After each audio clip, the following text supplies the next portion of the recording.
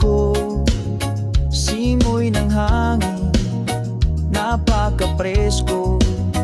Bundok at dagat, natatanaw ko, kay sarap pagmasdan ng ating mundo. O kalikasan, ikaw ang yaman, buhay at pag-asa ng bawat nilalang. Aalagaan ka, yan ang tama para sa bukas na masagana. Ngunit ngayon, kay nasasaktan dahil sa tao, maling gawain, basura, usok at pagputol ng puno.